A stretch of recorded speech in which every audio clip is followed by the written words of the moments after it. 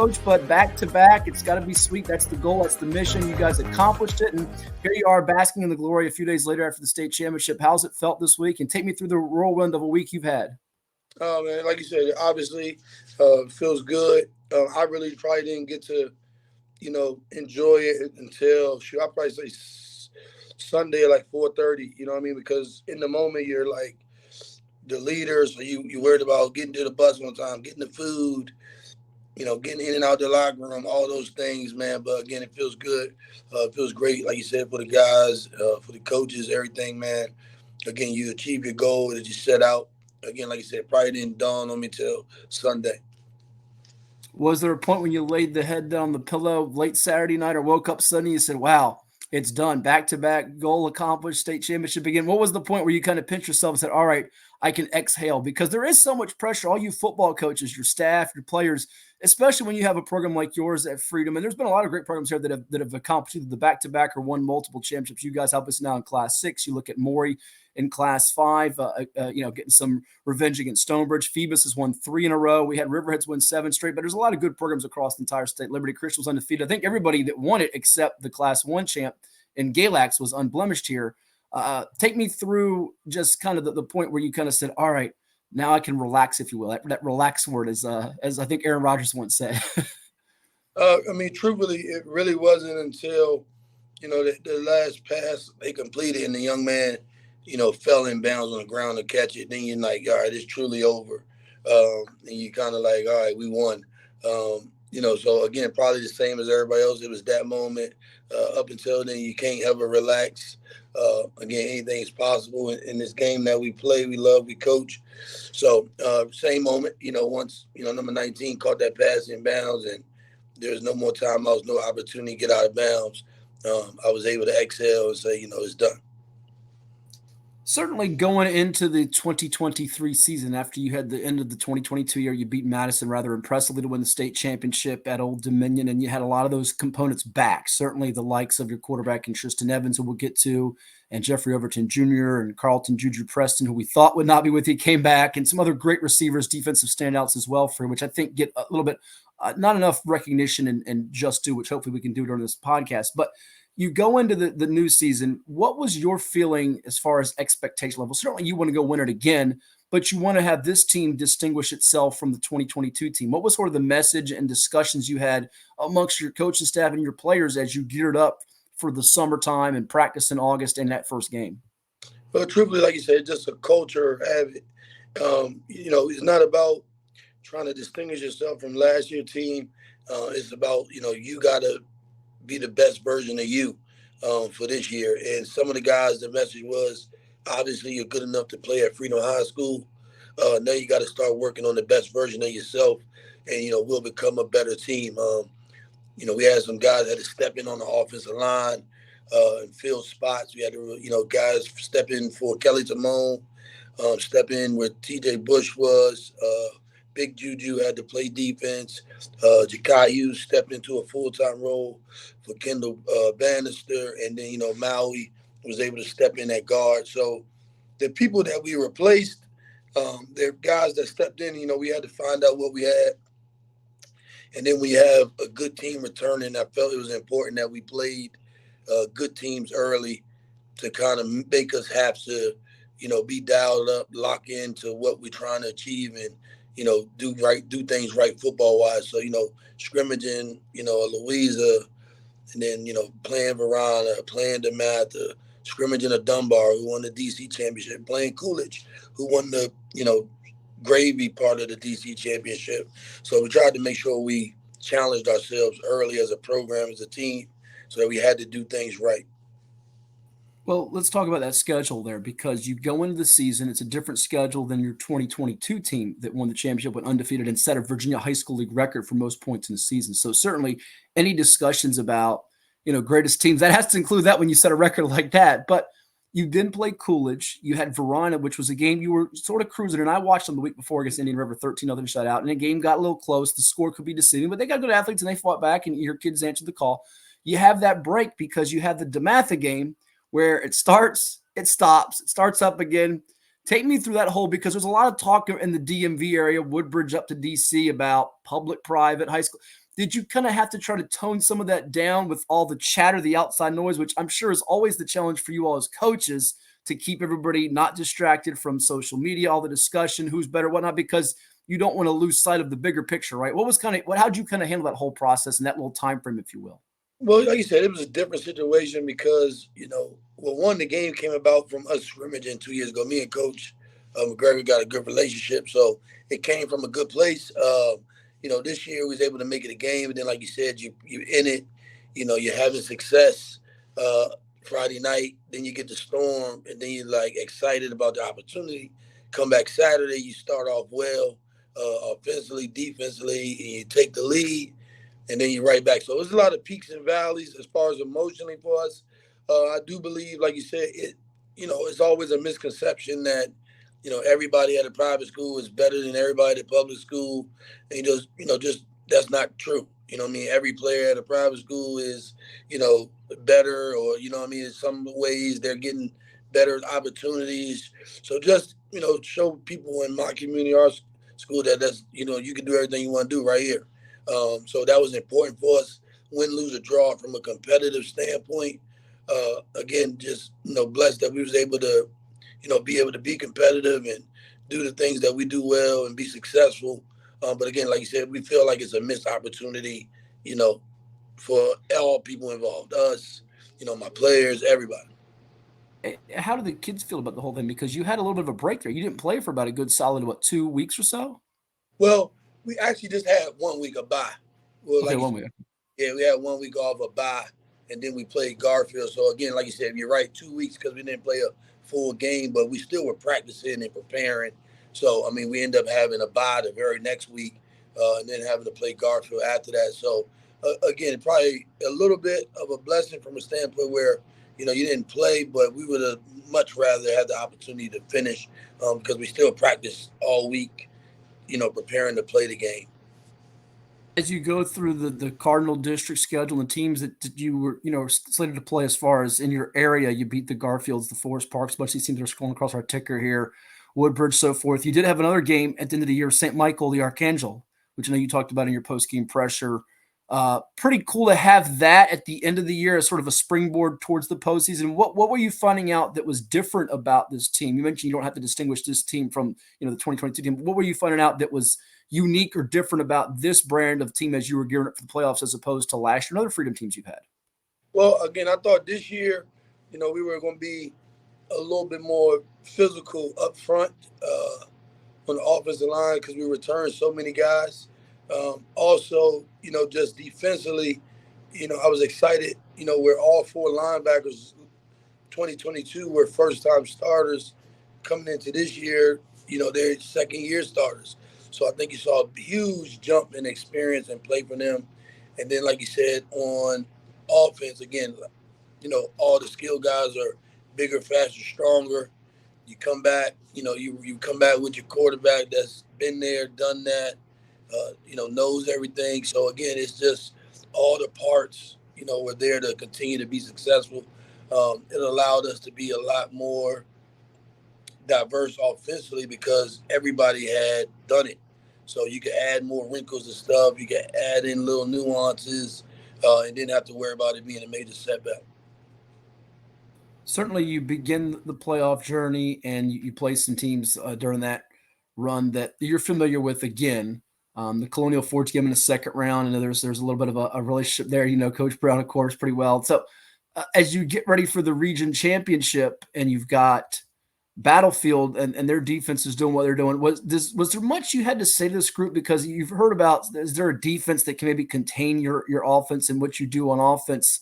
Motivation wise, is this pretty easy with this group? They kind of were already self-motivated, or did you have to do some button pushing, if you would, to get them fired up to play? Well, always some button pushing to do, but in the day of social media and Twitter, kids gonna find a way to give your kids motivation. Again, like you said, Battlefield had his own motivation. They were the last team we had lost to. There was a lot of that, chatter and banter out there. So again, we that game kind of had its own story behind it. The guys, I knew they was going to be up for it, ready to go. Again, because last time we faced that opponent, we had lost. So we knew that was going to work in our favor. I think you saw that. Again, we didn't feel like, not to Coach Hatfield's fault. He inherited the schedule that they hadn't played. The games that we had played. We knew what we had. We knew the speed that we needed to play at based on our schedule. So again, that game was easy to get up for. Like you said, the guys knew what was at stake. On top of our local newspaper, I mean, they refused to write about us up until now. All they wrote about was Battlefield. So, we had already been taking that into account and pretty personal. Well, and you have multiple players of the year on your offense, and Tristan Evans Trujillo. Is that how you say the last? I think it's the last part is Trujillo. Yeah. Yes, sir. Jeff Overton Jr., your nephew, the running back, both are players of the year, and they're both setting records. Tristan set the quarterback touchdown career pass record in the state semifinal game against Madison, who was a rematch of last year's championship game. Jeff is now closing on the Prince William County rushing record. So I hear it a lot, and I'm sure you do as a coach, is that, wow, fans out there, I want to run what Freedom runs on offense. They spread it out. They do this, they do that. It's not that simple. You guys make it look easy as far as how you execute and the way it functions. So without giving away all the secrets to success, the keys to it, what's the biggest thing that you've emphasized to your assistant coaches? Because you not only, you got to coach kids, coach your assistant coaches, and they run what you run. What's the biggest point of emphasis in having the success you do on offense to not have a let up? Because what astonishes me most is not that you set the single season scoring record, not that you have these individuals making great records, but you have everybody eating. You had, as I mentioned in our NFHS broadcast with Andy Hayes last weekend, I think you have 5 different guys that account for over 200 catches, which speaks to how you spread the wealth. So they can't key on just Overton. You got Juju Preston, you got Cam Courtney, you got Aaron Dunk, all these guys. But what's the biggest? The consistency. You don't have a let up. You've scored 35 plus in every game, coach. How do you not have a drop off, regardless of who you play? Great, good, not so good, in between. How do you keep that level of consistency and maintain that? Well, again, football always starts with blocking and tackling. You know what I mean? And you can run whatever offense you want. You got to be able to block. So, again, what our guys are able to do up front, our O-line coaches, Chris Davis, Coach Wheeler, that's the foundation of everything we do. Being able to block multiple fronts. We don't change our blocking scheme every week. We have our rules for whatever we run, and if it worked this week, it worked. If not, we throw it out and we move on to something else. So that's allowed us to have continued success. Again, then, you return, our quarterback play is, phenomenal. When you got a guy that's been there, that knows it, like the coach, that you can trust to make good decisions regardless of records, regardless of, all the individual guys we got that I'm sure, want the ball all the time. Having a quarterback, a trigger guy that you can trust to do the right things in the offense, it also allows me to be aggressive in my play calling. Again, I don't have to worry about him doing dumb things, turning the ball over, making bad decisions based on, anything but the football side. And then, of course, like you said, just figuring out, what your skilled guys do best and figuring out ways to get the ball to do what they do best. I think, we were able to do that at a high level. But regardless of having good guys, the individual work that goes into it with the quarterback, with the receivers, from the position coaches. Like you said, when you're playing against teams in the state championship, Highland Springs that's just as talented as you, all those things go into it. Just looking at the one-hand catch, Juju had, I remember that week us working on that, Coach Brendan working on that, running the line and just catching the ball with one hand. And if you pay attention, they actually do it as well in a pregame. So, it's a lot of moving parts, but being able to block up front. And then, like you said, man, we was blessed. Our quarterback had a lot of experience considering he had to play. He was a freshman when Davis was hurt, and then, doing last year again. So there's a lot of trust there, and we can get things done. And he kind of understands, through his own football IQ and my understanding what we're trying to get done. There's times where he has to change the blocking based on the front. So, that's stuff that, you wouldn't know if you weren't a part of the process. But again, it allows us to be multiple. We again, and the other thing is having unselfish guys. All those guys are unselfish. Even though they're competitors, they all want the ball. They all want to do things. They're all willing to do whatever it is necessary to win. And speaking of that one-handed catch, there it is for folks who didn't see it. What a great shot by our photographer there, Ray Williams, at the game. It's up on Virginia Preps. They can check out the entire photo gallery, including not just that, but also Jeff Overton Jr. hurdling folks, as you see that there. I take myself out of the picture for a second. But you can see some of those great pictures he got. And mentioned we saw Coach Overton a little while ago. There's the nephew, and then there's Coach Overton as they got the trophy later. But I want to go back to we'll get to that one-handed catch and the plays that both Preston and Overton made. I've said this early in the broadcast, Coach, during the game, and you're so right about the blocking and tackling, because Walter Hughes, who's listed, I think, at 6 foot 270, he looks a whole heck of a lot bigger than that, by the way, according to the roster booklet we were given. I mean, he was mauling guys up front, and we look at Freedom, and we say they're throwing the ball. They have so many playmakers are scoring. But you ran on the Highland Springs defense. It was the most points they've given up in 10 years for over 400 yards in the game. And certainly Jeffrey Overton Jr., who's a special talent, was a big part of that. But you had other guys carry the football. In addition to him, your quarterback, Tristan Evans. You also had Cam Courtney. But the physicality part is a very, very big deal to all of that. Are you not hearing me, Coach? Did you lose me? Then you're pointing up here. If you lost some volume here. I don't know if you lost me here. Oh, we unmuted you. Let's see if are you muted? There you go. Hold on here. See if we got let's see here. We lost some volume. Let's see if Coach is back here for some reason. We lost him on the hang tight here. I don't know if he's got me or not. Hang on. Absolutely. Like you said, being able to block, man, and run the football is always a plus. Again, if you can run the ball, again, it allows you to be aggressive, because, at any time you get hand the ball to one of those guys and get 4 or 5 yards. Like you said, Walter and those guys, Big Juju, Bussy, Jonah, Maui, they were dominant Saturday in the game at all times. So, again, it can't be said enough. Again, you can do all the flash around it. Being able to block is what ultimately the game going to come down to. How do you keep everybody's ego in check? Because you have a quarterback who's now the all-time touchdown pass record holder. But if he walked around Woodbridge, he's probably well known. But he walks around the state. He's not a big ballyhooed recruit. We can talk about his recruiting in a second as far as any schools in the picture with him. But he's been very efficient. He's added elements to his own game.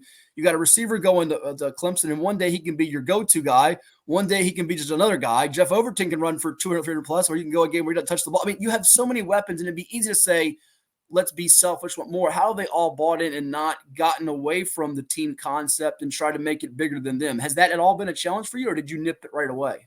Well, I mean, I don't want to say something like I nipped it, like I had to yell at them.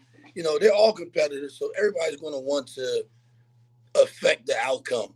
The good thing with most of those guys, besides Tristan, is they play defense. So they get an opportunity to affect the game in other ways. Now, the receivers always joke amongst each other, who got how many touchdowns.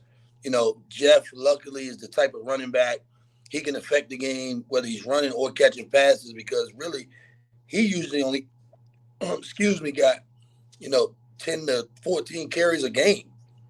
So, he's not selfish, but then again, he can also catch passes. And then again, like you said, everybody is a threat is what allows us to be very good. And I think they realize that themselves.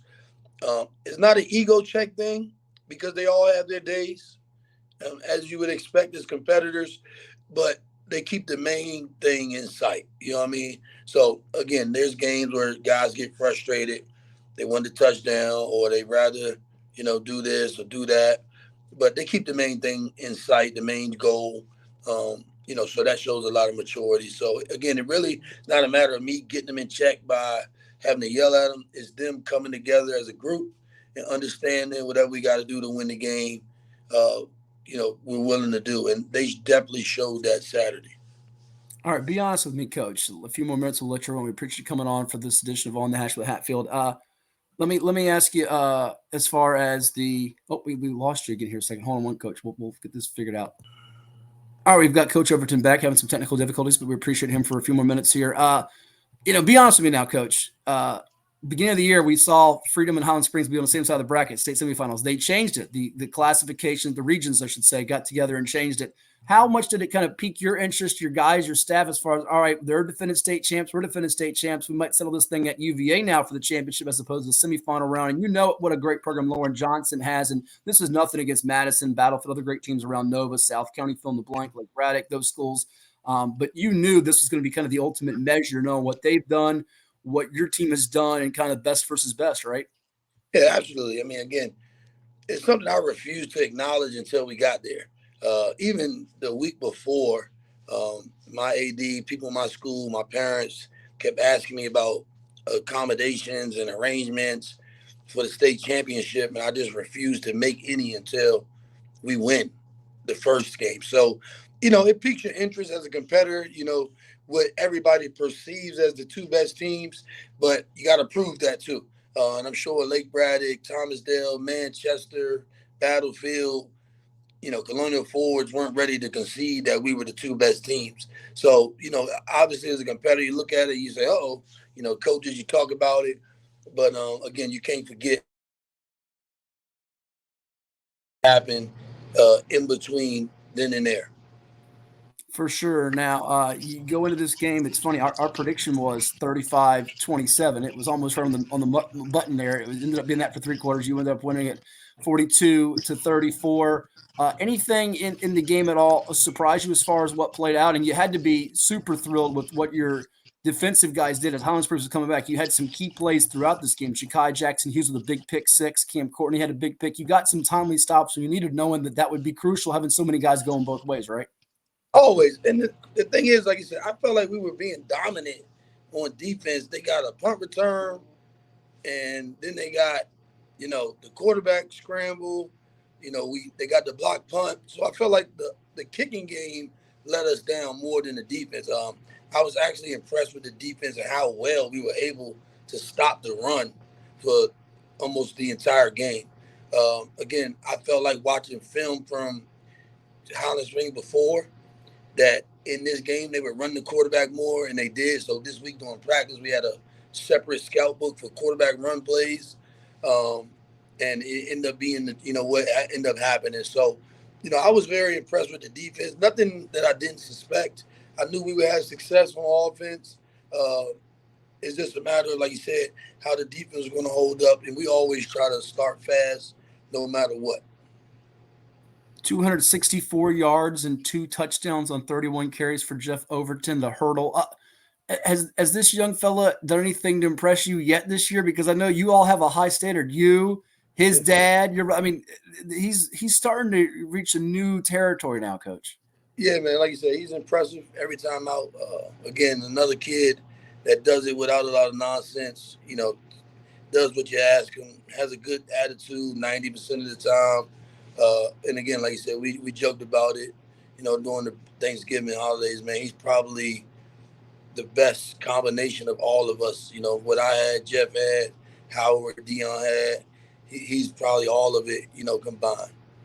Well, it's funny, in the booth, we thought it was him at first, and then the stat sheet told us it was Cam that threw the pass, and then he told us in the press conference, both of them came, no, it was Jeff that threw. It wasn't the prettiest of spirals, but hey, he got the job done. He found Carlton Juju Preston on the play, and I imagine that was sitting in the bag for you all year long, wasn't it? You had something dialed up where, you win this game, you score 40-plus points, and the all-time touchdown pass record holder, which you can talk about Tristan here in a second, who also made some key plays to begin the game, some with his feet, did not throw a touchdown pass. So the irony of how you won this game is fascinating to me, that you did it without having to throw a touchdown pass. You ran for 400-plus. You were physical on the springers.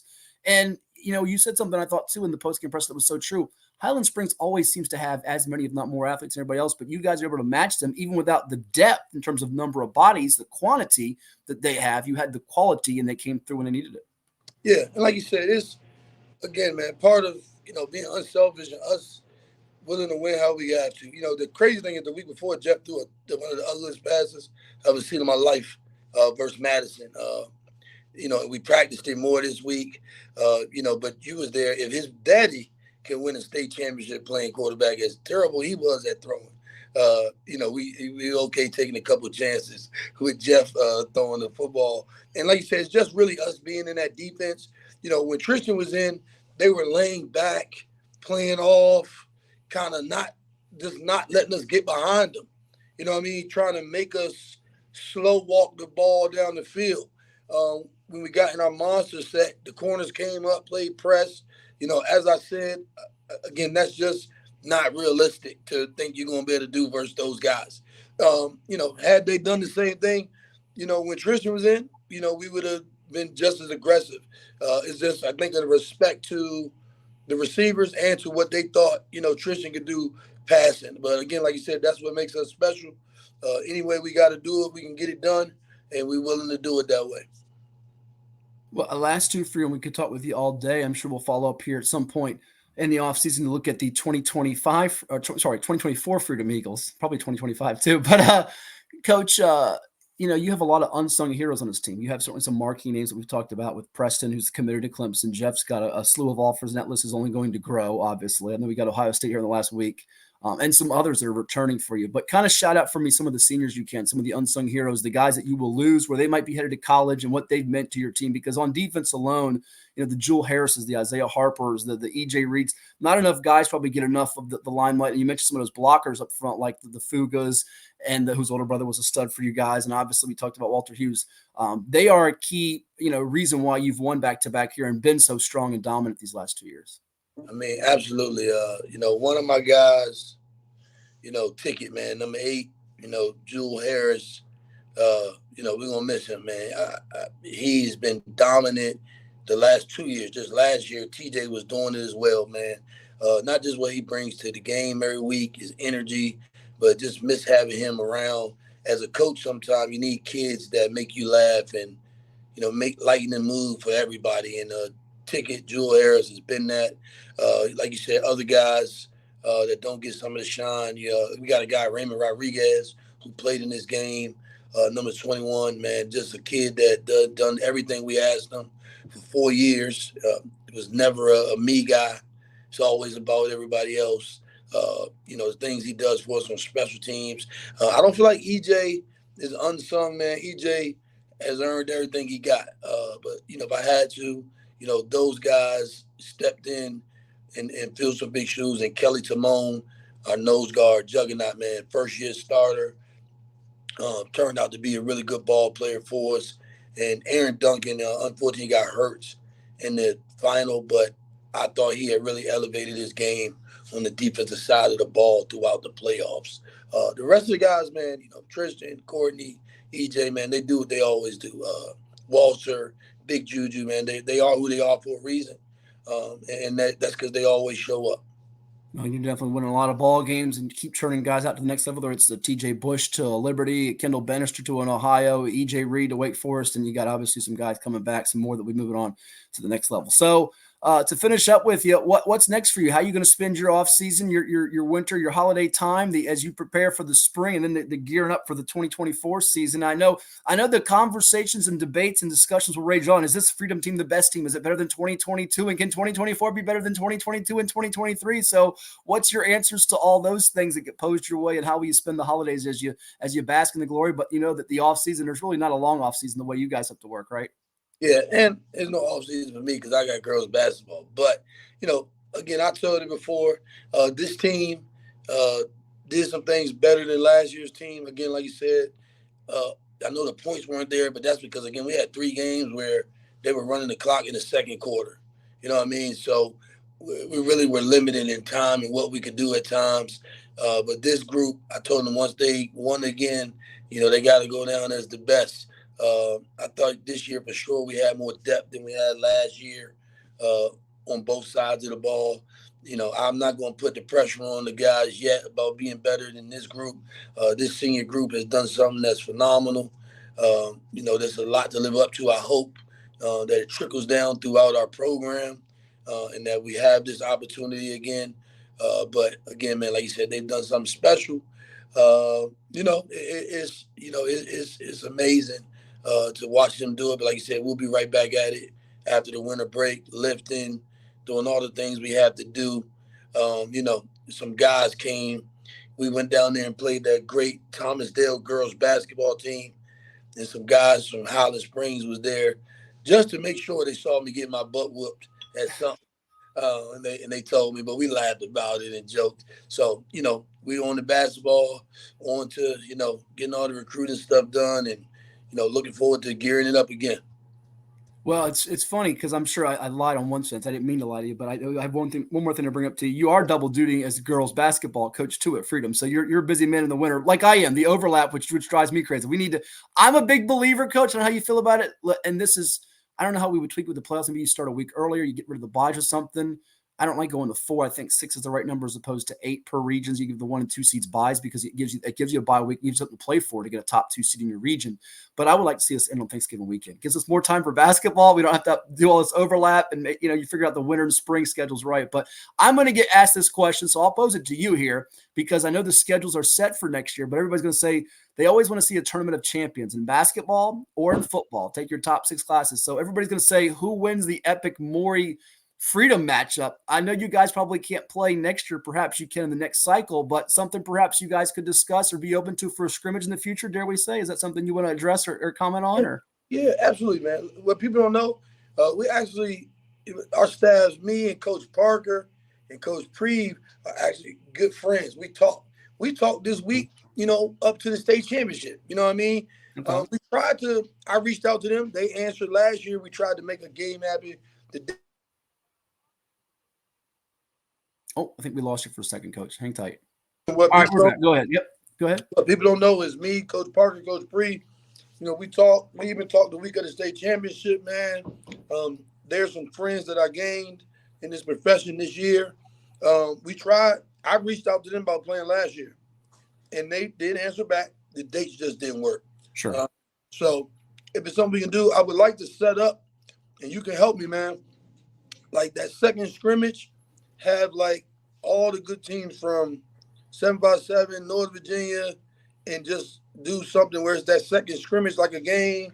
Well, listen, we do our podcast from the Plex. How about I'll put it out here for all the public to comment on this. We could do like a little jamboree scrimmage day it could be at the Sportsplex wherever across Hampton Roads or any location. It can be 757 or beyond, but do it, and maybe we'll figure out some kind of proceed charity thing that can go to not just the programs that are involved, but some charity out there as well. We could figure out something that'd be a good cause in addition to just letting these kids get to play against good competition, good little friendly event. So it's something I'd like to see like us do with our Virginia Preps basketball classic. Unfortunately for football, you can't really do that as much because it's hard with the schedules being locked in, but it'd be cool to see something like that happen.